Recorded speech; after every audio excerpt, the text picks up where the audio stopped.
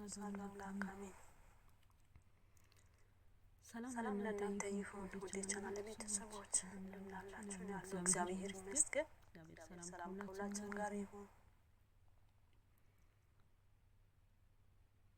ታኅሳስ 13 ታስቦ ተዘክሮ የሚውል ቅዱሳን አባቶቻችን ረድኤታቸው በረከታቸው ይደርብን አሜን። አባ መቃርስ በዚህ ቀን ቆቅ ሲመገቡ የነበሩ አባ መቃርስ መታሰቢያ ነው። ይህ ቅዱስ ከታናሽነቱ ጀምሮ ሕያው እግዚአብሔርን መከተል ፈለገ። የቤተ ክርስቲያን ትምህርት መጽሐፍትን ተማረ። የዚህም ኃላፊ ዓለም ኃላፊነቱ ለጻድቃን በጎ ዋጋ ለኃጥአን ቅጣት እንዳለ አስተዋለ። ስለዚህም ዓለም ትቶ አንድ ገዳም ውስጥ መነኮሰ። ከዚያም ወጥቶ የ10 ቀን ጎዳና ተጓዘ። በውስጥም ኩንትና ቆቆች ውሃም ካሉበት ተራራ ደረሰ። አስቦ እንዲህ አለ፣ ኩንትን ወደ መለቀም ብስማራ የስግደትና የጸሎትን ስራ ይቆርጣል። ሰብስቦ የሚያስገባልን ረዳት የለኝ፣ ብቸኛ ነኝና ስጋ አትብላ ያለውስ የባልንጀራችንን ስጋ በሐሜት የምንበላው አይደለምን?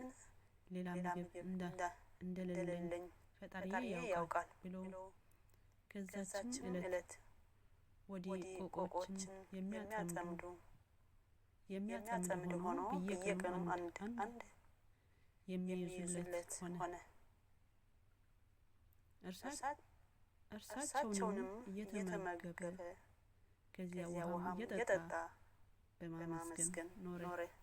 በቀንና በሌሊት በጸሎት በስግደት በመትጋት ወደ እግዚአብሔር የለመነ ብዙ ዘመናት ኖረ።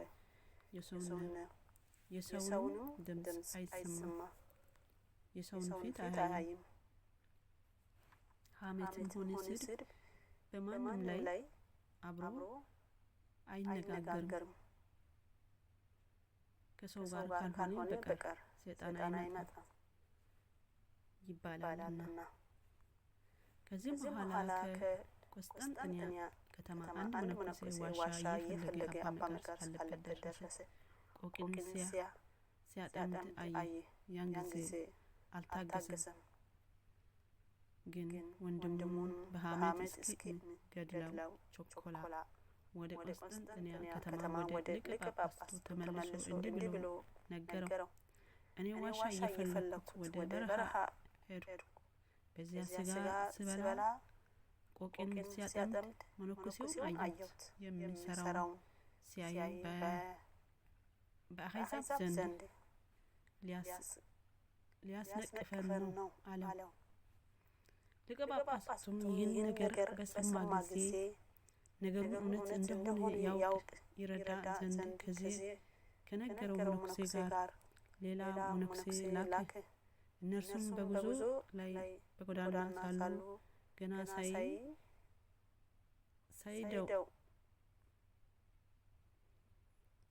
ሳይዳሰው አባ መቃርስ እንደ ልማዱ ወደ ወጥመዱ ሄደ። በአንዲት ወጥመድ የተያዙ 3 ቆቆች አገኘ። እንዲህም ብሎ አሰበ፣ ጌታዬ ይህንንስ የሰጠኝ እኔን ሊፈትነኝ ነውና ወይስ ከዚህ ዕለት በፊቴ ሆድ ያልጠገበች ኑራለችን?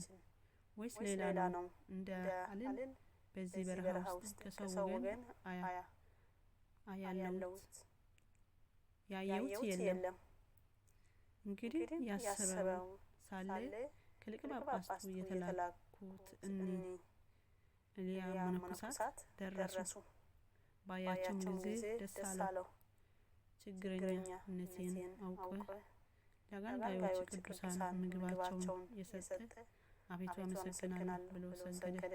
እርሱም ግን ማዕድ ሰርቶ አዘጋጅቶ እስካቀረበላቸው ድረስ ይጠባበቁ ይጠቃቀሱበት ነበር። ከዚህም በኋላ አቀረበላቸው። እነሱ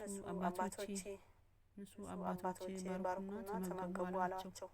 እርሱም የራሱ ድርሻ ይዞ እስኪጨርስ ያለ መነጋገር በጸጥታ ተመገበ። ከዚህም በኋላ ዓይኖቹን ቀና ቢያደርግ እንዳልበሉ አየ። አባቶቼ እንዴት አልበላችሁትም አላቸው። እኛ መነኮሳት ስለሆንን ሥጋ አንበላም፣ ትምህርትም አለን አሉት። እርሱም ተዋችሁ፣ አላስገደዳችሁም። እነዚያ ያበሰሏቸው ቆቆች አንስተው 3 ጊዜ ኡፍ አሉባቸው። ያን ጊዜ ድነው በርረው ወደ ቦታቸው ሄደው እነዚያ መነኮሳትም ይህን ተአምር አይተው ደነገጡ። የእግዚአብሔር ቅዱስ ሆይ በደላችን ይቅር በለን ብለው ሰገዱለት። እርሱም የሁላችንን በደል እግዚአብሔር ይቅር ይበለን አላቸው። ከዚያም በኋላ ወደ አገራቸው ተመለሱ። ያዩትን ድንቅ ተአምር ለሊቀ ጳጳሱ ነገሩት። እነርሱም ሰምተው አደነቁ። ወደ ንጉሡም ሄደው ብለው እንዲህ ብለህ ላክ፣ በዘመናችን ጻድቅ ሰው መነኮሳት ተገኝቷል። ተአምርና አንተንምና ሄደን በረከቱን እንቀበል አለው። ወዲያው ንጉሡ ከሰራዊቱ ጋር ተነሳ። ሊቀ ጳጳሱም ከካህናቱ ጋር አባ መቃርስ ወዳለበት እነዚያ መነኮሳት እየመሯቸው ሄዱ። ወደ እርሱ ሲቀርቡ ወደ ብሔረ ሕያዋን ያደረሰው ዘንድ መላእክት አንስቶ በክንፎቹ ተሸክሞ ሲያረጉም ባዩት ጊዜ እግዚአብሔር ቅዱስ ሆይ ባርከን የምንድንበት አንድ ቃል ንገረን ብለው ጮኹ። እርሱም ከሐሜትና ከነገር ሥራ አንደበታችሁ ይከለከል። ካህን ብዙ ባይማር ትዕቢትና መታጀር ባልመጣበት ነበር። መነኮሴም ታርነት ባያበዛ ባልተመካም ነበር። እርስ በራሳችሁ ተፋቀሩ፣ እግዚአብሔር አድሮባቸው ይኑሩ አላቸው። ይህን ብሎ አረገ። ከዓይናቸውም ተሰወረ። እግዚአብሔር ምስጋና ይሁን። እኛም በዚህ ጻድቅ ጸሎት ይማረን፣ በረከቱ ከእኛ ጋር ትኑር ለዘላለሙ አሜን።